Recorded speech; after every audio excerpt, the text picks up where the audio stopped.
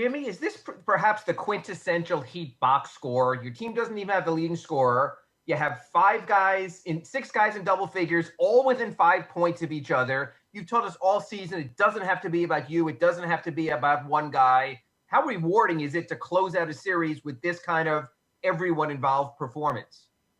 We love it that way. It's a team game. We've been that way all year long. But a win is a win, and we take it how we can get it. We talked about one being out the mud. I think that this was the one. But so many guys stepped up for us in so many ways. And I applaud everybody for being ready tonight.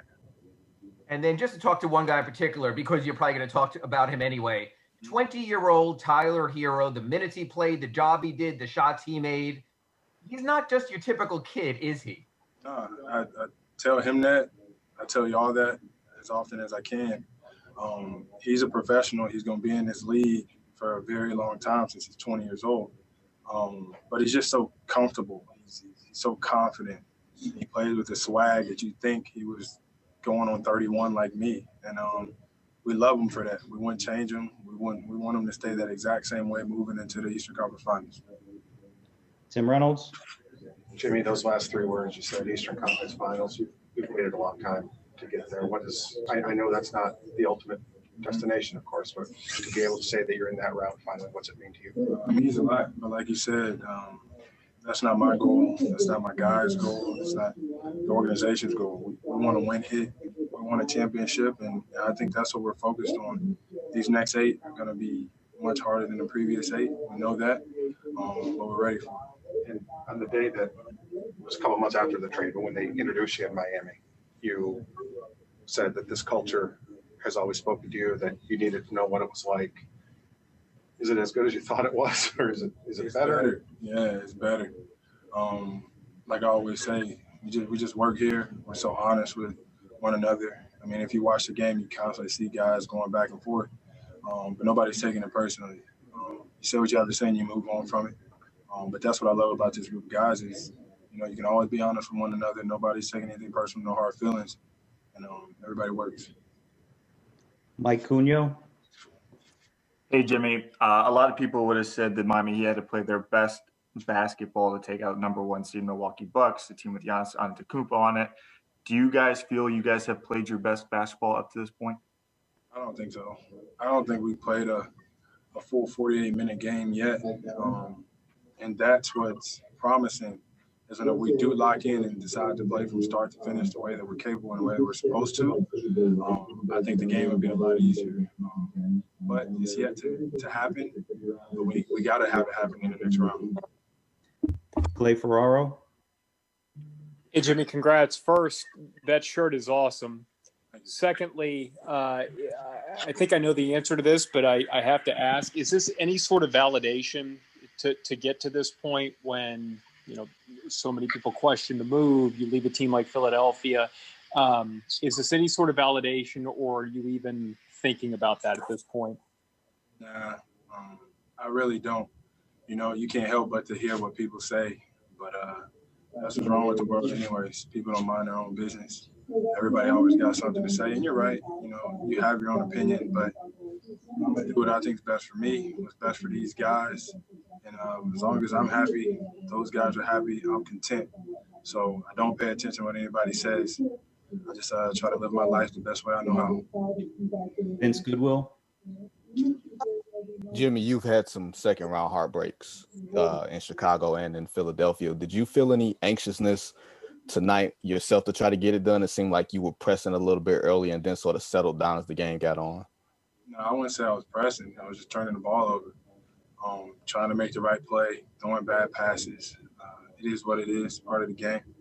I definitely think I got to be better because if I start that way, the game's normally going to start that way.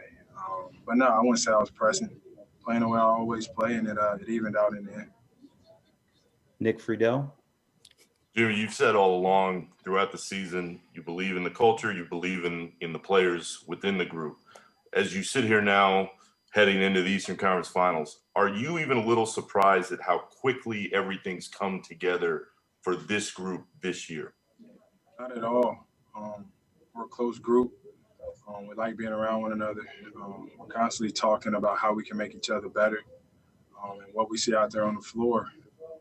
We legit in it to win it. Like, we don't care about stats. We don't care about fame. We don't care about none of that. All that we all care about is winning the championship. And I'm telling you, that's why we're playing the style of basketball we're playing right now. Rodrigo Lazzarini, Live Basketball Brazil. Hey, Jim, congrats on the win. And how confident you are going now to the Eastern Conference Final? We're very confident, but we don't want to be too confident. We know either way it goes, we got a really good team that we have to play against. But we still have to play our style of basketball and focus in on us and worry about them at the same time. But we're not discouraged. We're not scared.